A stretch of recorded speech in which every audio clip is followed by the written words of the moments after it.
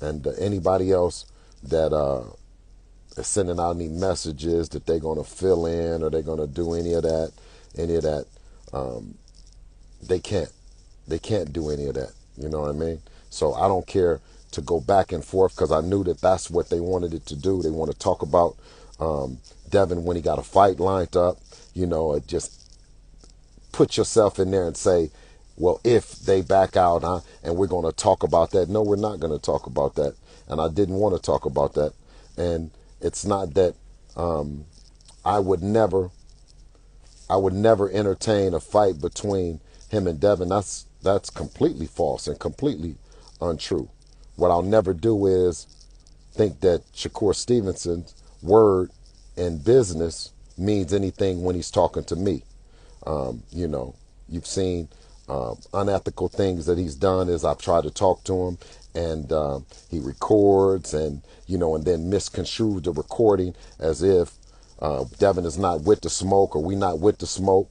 I've texted him and we've texted back and forth. He comes back to the media and shows the media the text, and it misinterprets the text as if we're not with what we appear to be with. Buddy, he ain't fought nobody. He hasn't fought anybody that we feel like that we're not going to skunk, beat. And no disrespect to the fighters that he didn't fought.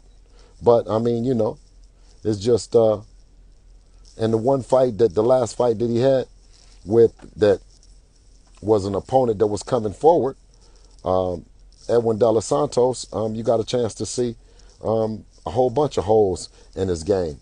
And to me, instead of working on that and displaying that, the Shakur Stevenson that people have grown fond to love, he jumps back on the Twitters and shit, back on the tweeting and just bullshit when he has a Hall of Fame team and Bob Arum in the top ranked team, also has a great manager in Jay Prince. He should really let them do their job, because what I said was that with all the tweeting, with all the texting, with all the Shakur fans, they haven't been able to land a fight yet.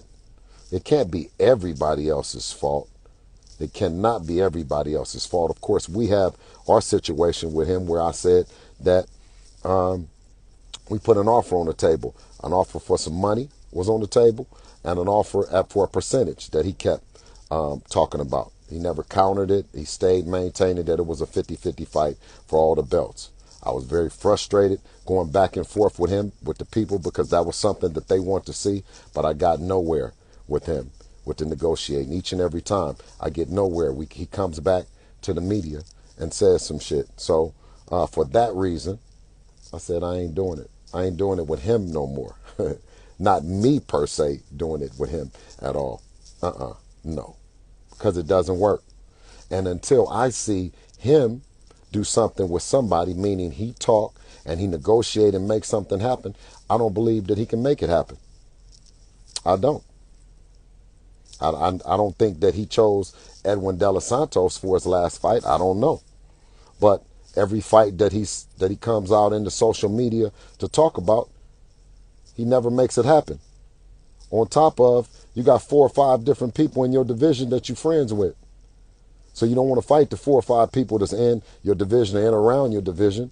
Then you got another 4 or 5 people that you can't make it happen because of whatever reasons politically. Bro, your career's a mess. Complete mess, dog. The only person that put something on the table for you was me. And you came out and called me all kind of names and all kind of shit. At least I started talking to you. I was negotiating with you. I never came to the media and told them that it was a breakdown in communication. You came and said, little bro, you know I'm not going to take the 25%. But you never heard you say 35%, 40%. You never heard him say none of that. He said the WBC, he's going to the WBC to ask for something, or ask that they mandate something that they had no control over, because we had more than one belt. And we were negotiating a place for undisputed. So for that reason, and that reason alone, nah, it's bunk business. It's bunk business. And if you think that I'm bunk with it, then show me or tell me a time that he done did it. Me per se, I've crossed platforms. We've negotiated fights. We did a lot of things. And we've respected the fact that if we signed it, then that's what it meant. But to have to do a 3-fight deal with Top Rank to become undisputed, and then to act like that you don't know what's going on.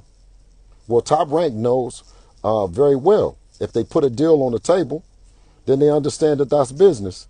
And I told them then, I said, well, when we get to that position, right? Because everything that you done did on us, with us, to us, and that's the boxing game in general, because that's how they said how it goes. Don't come back later on telling us, well, that doesn't go like that and all that. Man, I don't want to hear that shit. I'm not going for it, period.